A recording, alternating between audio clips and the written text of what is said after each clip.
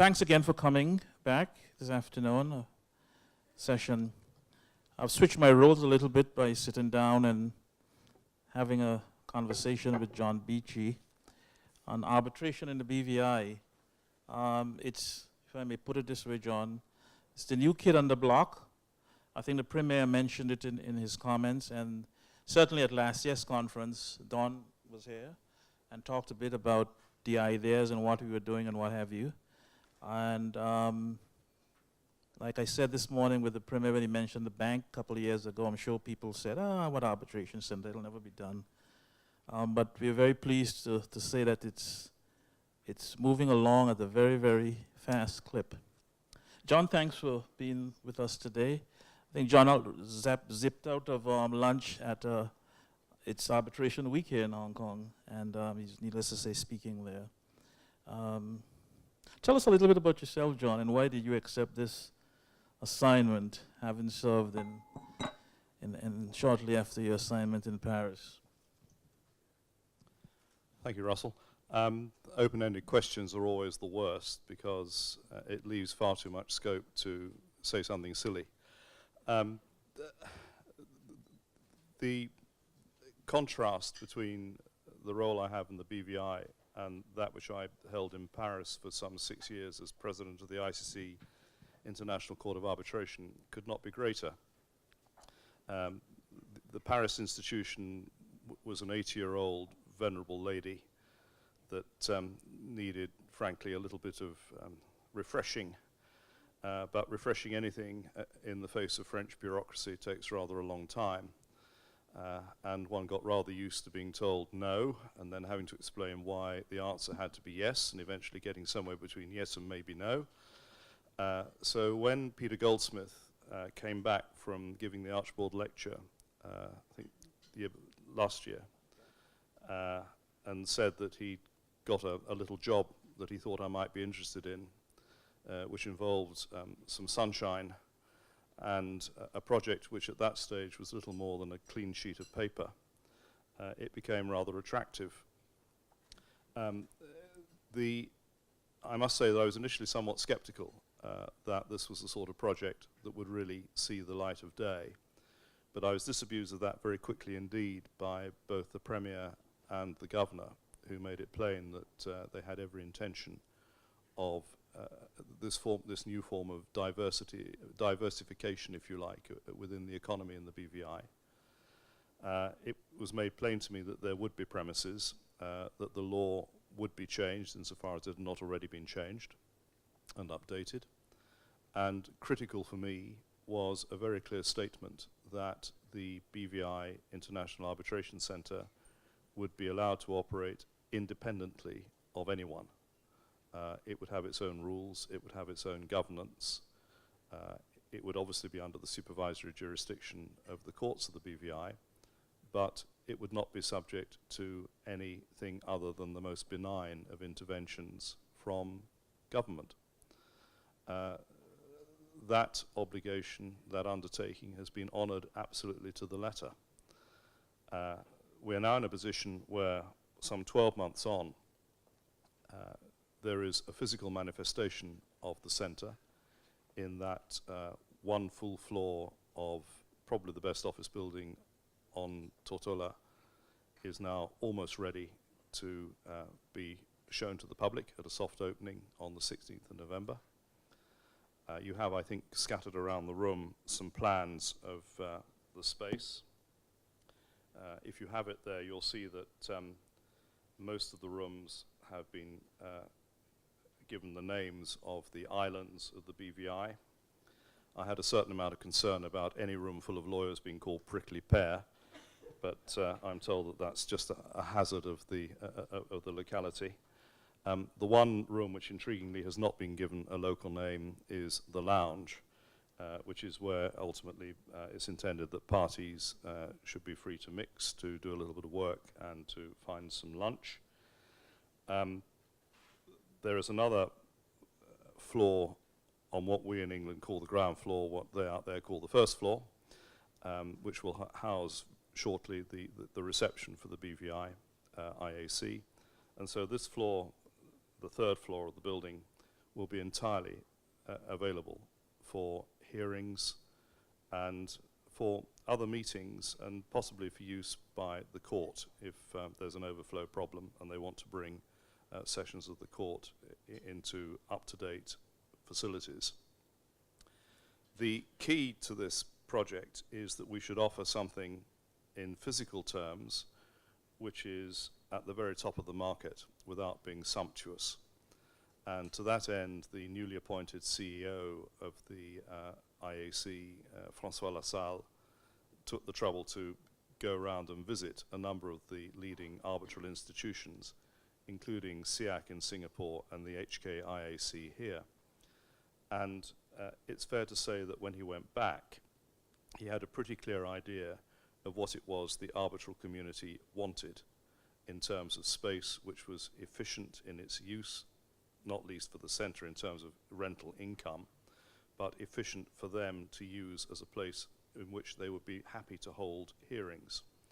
So what we have, in essence, is a state-of-the-art hearing centre with some added advantages in the form of some really rather lovely views out from most of the rooms, which will have a proper administration.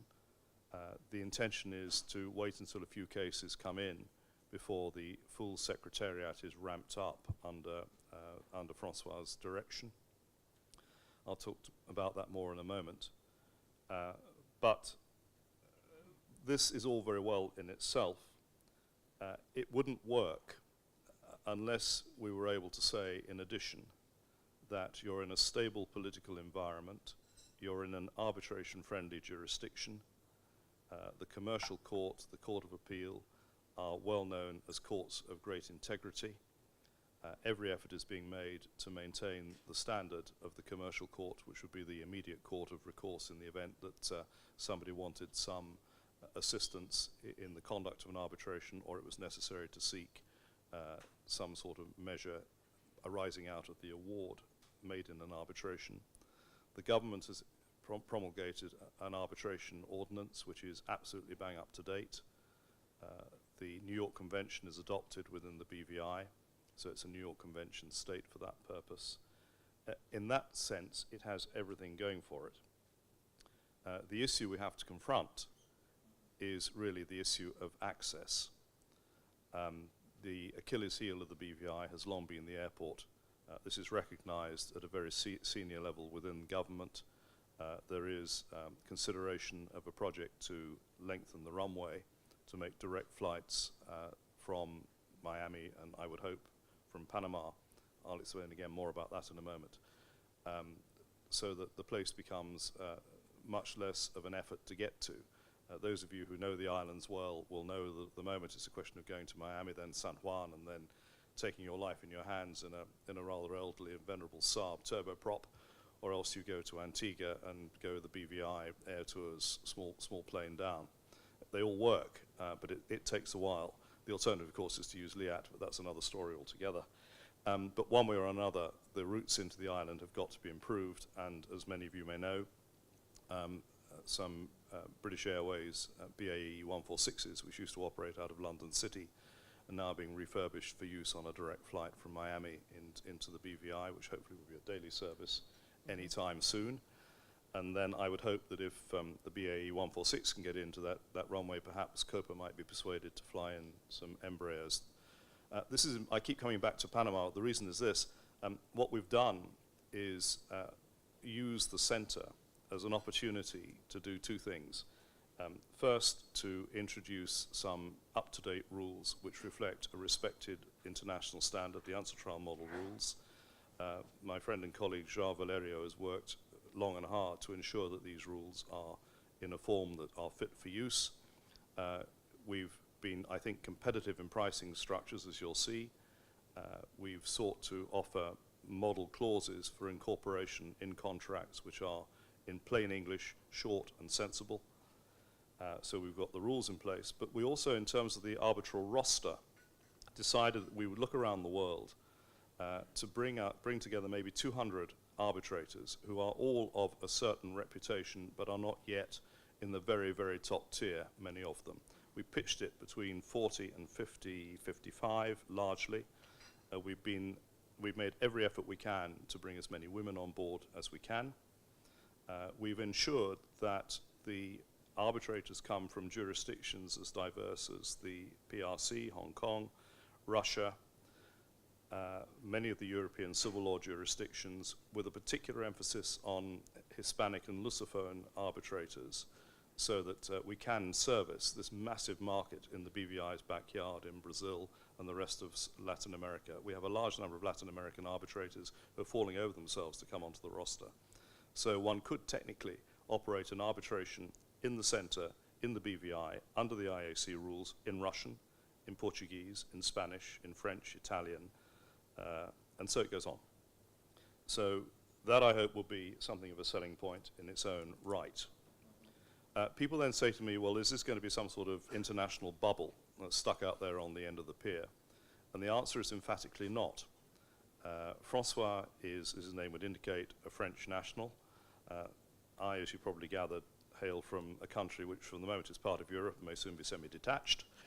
But the intention is that as the Secretariat is ramped up and people realize that this is a real project with real life, we'll be able to encourage local lawyers to come in for a year, maybe 2 years, see what an arbitration is like from the inside, go back into practice, and keep spinning between the private sector and the centre. João Valerio, who worked at the Permanent Court of Arbitration, is going to serve as a sort of interim registrar whilst the thing is ramped up, and between him, me, and a number of other international arbitrators, we're proposing to offer courses for arbitrators in the BVI to make sure that the local community, the legal community, is brought in. And beyond that, that the centre, as a place of excellence, will encourage the local hoteliers to up their game. At the moment, there are not enough hotels of a suitable standard to service the sort of business market that's likely to come with this place. And really, with that very much in mind, we've already started to give advance notice of the fact that it'll be the week beginning 29th of May next year, there will be a full week of events around the centre with every effort to bring as many of our arbitrators to the islands so that they can see for themselves that what they've signed up for, and to see that this really is a centre which we hope will earn its place. I think it's fair to say this, and it is a tribute to the government, that a lot of people in the Caribbean have talked about having a centre in the Caribbean. This is the first time it's actually been done. So instead of just planifying, we've actually executed on it. And what you have is a facility which is, on any view, is of world-class standard. Is that Deckage going? Very far from a clean sheet of paper that you mentioned. You mentioned the air access challenge, and hopefully the flight, as you mentioned, that will start later this year will address that. Do you see any other issues that will keep you up at night? Well, simply persuading people that although the islands are tucked down at the very bottom of the Caribbean in a sense, they are, one of my colleagues at the meeting in the BVI the week before last used an expression which suddenly became the soundbite of the day. He described the BVI as the epicenter of the hemispheres. And I could see what he meant. I thought it was a bit over the top myself, but then I would because I didn't coin it myself. But what effectively he was saying was, well, look, if you're in Cuba and you've got a dispute with Europe, are you going to go to Miami? Possibly, but possibly not. If you've got a Caribbean center, will you go there? Particularly one which can offer services in Spanish as well. You may well decide that that's the place to go. If you've got disputes between the Far East and Brazil, then again, it's somewhere which is not on either shore, as it were, but gives you an opportunity to operate a high-class arbitration service. And again, I keep coming back to it, in a very stable common law jurisdiction with a proven track record. So the key really is to get people to have a look, and once they realize they can get there without too much trouble, it's a shorter flight than going from London to Singapore. And in terms of, if it is only one change, then it's no more difficult for most people than it is to get to Geneva, because these days there aren't many flights go through to Geneva, but that's managed to establish itself. The trick is to demonstrate that, small as the BVI may be, they have this massive offshore business. Here is something which can complement the existing skills that are available on the islands, where we're playing to the strengths of the islands, And it seems to me that this is something which has a real penumbra of growth for other industries and other service sectors within the islands. So you see, certainly listening to you, the center will end up being a regional center in some ways, given the development of arbitration within the region, or perhaps put another way, the absence of the development of arbitration. Yes, I mean, I think it has an opportunity to become the preeminent center in the Caribbean. And we've gone out of our way to recruit arbitrators to the roster from the region. As I say, there's a real sensitivity to ensure that it is not seen, as I say, as some funny international bubble at the end of the quay. I mean, this is very much an exercise which is intended to benefit the economy of the BVI in the long run. We've got to get it right now. You mentioned Panama. Was it just only the copper angle? Well, Panama, for the simple reason that in terms of looking at it perhaps simplistically, if you want to bring people in from Latin America to the BVI, then one of the biggest hubs in Latin America these days is Panama. And that is the obvious place for a stop-off to come in. You mentioned the arbitration week that you're thinking about. What's the intent of that? I'm sure it's certainly a lot of it is to do with branding and beginning to sensitize the community and whatever you. What specific objectives do you have in mind for that? What, in terms of engaging? Yeah, the community, but certainly beyond that. Well, the immediate obvious opportunity is to fill places in the Secretariat. Mm-hmm. The next is to use it as a place where we can train and develop a center of excellence. Mm-hmm. And let me say again, one of the other advantages of the center being built as it is that is space that can be used for purposes other than arbitrations. It is not intended to be dedicated for arbitration, so it's not a sort of temple of the Vestal Virgins, if you like, where if you're not involved in arbitration, you can't come in. If there are other meetings which can be held there, they will be. This is a commercial operation. It's intended to make money. It'll be competitive, but the intention is to ensure that these are not services offered for nothing. They come at a price, but it is a highly competitive price by comparison with many other centers around the world. Who do you see, the other key centers around the world that the BVI will eventually at some point begin to compete with? Should we get all the pieces in place, particularly the access issue, or there's no direct competitor? Well, it would be presumptuous to say we're aiming immediately at the likes of BVIIAC and HKIAC, Mm-hmm. but I would certainly use those as models to which we should aspire. Mm-hmm. And the key to this is to ensure that whatever else happens, the centre is seen as a place where legal services will be rendered impartially, neutrally and independently, and there is the backing, as I say, of a court system which is of known integrity. Mm-hmm. And those aren't givens in many parts of the world. Mm-hmm. So to that extent, one already has a built-in advantage, and it's a question of tapping into that. Yeah. Do you see the center building on the reputation that the commercial court has developed, and how do they work in tandem? There's an obvious complementary element in that the commercial court is the court of supervisory jurisdiction Mm-hmm. of the BVIIAC, and therefore it's absolutely critical to the future of the centre that the court is known internationally, Mm-hmm. to have it to have maintained a very high reputation. Okay. We want to certainly not us engage only in the conversation. If there are any questions or comments or suggestions or things we need to be looking at, please don't hesitate to put your hand up, and Kate will certainly bring across the microphone. You said that we are at a point, you mentioned the soft opening, so you're expecting to go hard come early January or early fiscal 2017? Francois Lassalle has achieved something which many people said he couldn't do, which is that when I said to him, get this thing done in 3 months, he was silly enough to say yes. And to his immense credit, subject to a hiccup caused by Hurricane Matthew, he stands every chance of getting it done. We hope to be in a position, as I say, to hold the soft opening on the 16th of November. We will be open for business on the 1st of January, all Okay. being well. The background to this is that the roster of arbitrators is effectively complete.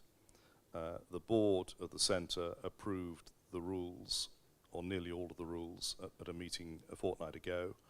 The schedule of fees has still to be signed off, but these are matters that can clearly be dealt with between now and the end of the year. And then the intention is to see how we go, so that come the week beginning 29th May, and next year's Archbold lecture, we'll be in a position to use the centre as literally the centrepiece of a week of events to publicise its opening and the fact that the service is there. Yeah.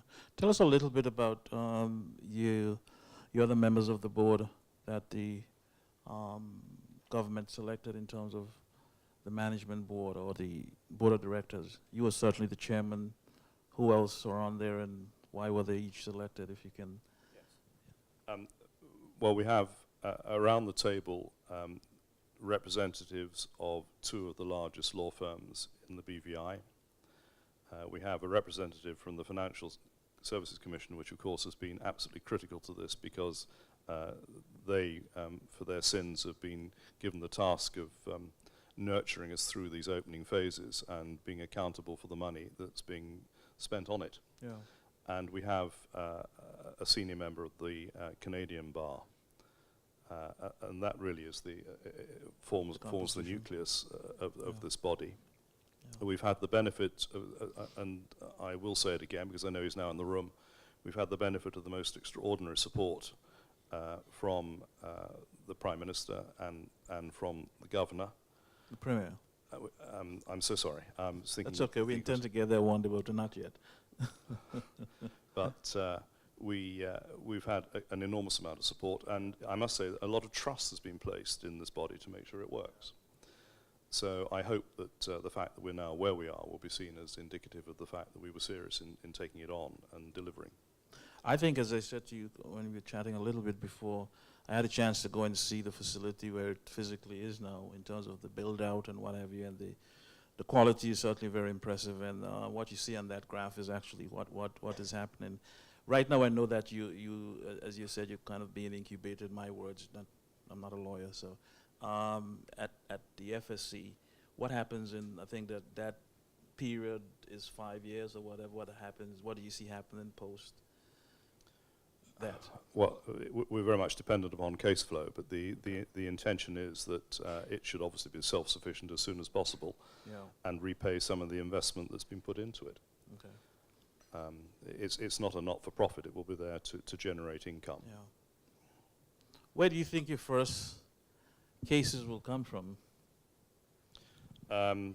I'd like to be flippant and say that somebody needs to talk to Richard Branson and tell him to take all the ICDR clauses out of his contracts and put BVIIAC in place.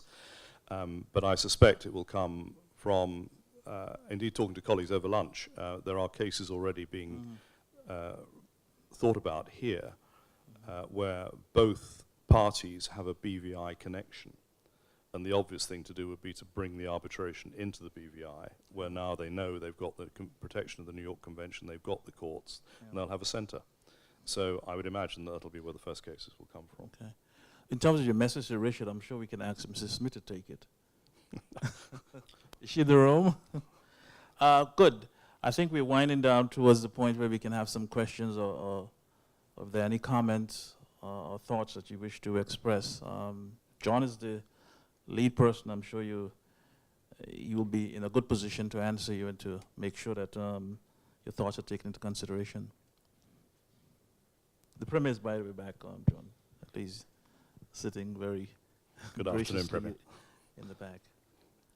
Okay, there seems to be another question. Any further thoughts that you wish to share with us? We're all quite excitedly looking forward to the point where, beyond the soft opening, when it actually gets going. And I have to, certainly from a layperson standpoint, commend not only yourself and the FSC and the centre, but the government for taking the initiative, and the speed with which it has moved, I think is highly commendable, and that's an indication of the future in terms of the implementation of the recommendation of the McKinsey study I think we should be certainly standing in a very good place. Well, there's only so much one can do, but to the extent that I put my neck on this particular block, it's indicative of a degree of confidence on my part that it should be made to work. I must say that there was a certain amount of amusement on the road back to the airport when I left the BVI just over a week ago, reading some of the blogs that had come in on the back of the press coverage that had been had already. And it's clear there's still hearts and minds to be won in the local community to make them realise that this is not, as I say, some offshore bubble that's been parked at the end of their pier. One of the things you learn, John, as you go, there are always hearts and minds to be won in the BVI. And the funny thing is, once it's all established, functioning, there will be no complaints. You will not hear any of the talk before it is happening. Not to worry. As the Premier said, don't listen to all of that. You keep going. And in short order, everyone will say, oh, what a good job. Who was I there? Was that? Doesn't matter. It's good to see it's done and that the BVI is moving along. So good. I'm gratefully thank you for coming and for sharing your thoughts as to where the centre is. And if there are any questions, Russell knows where to find me, so yes. Please feel free to email or whatever. Good. Thank you. Please join me in thanking John for his update.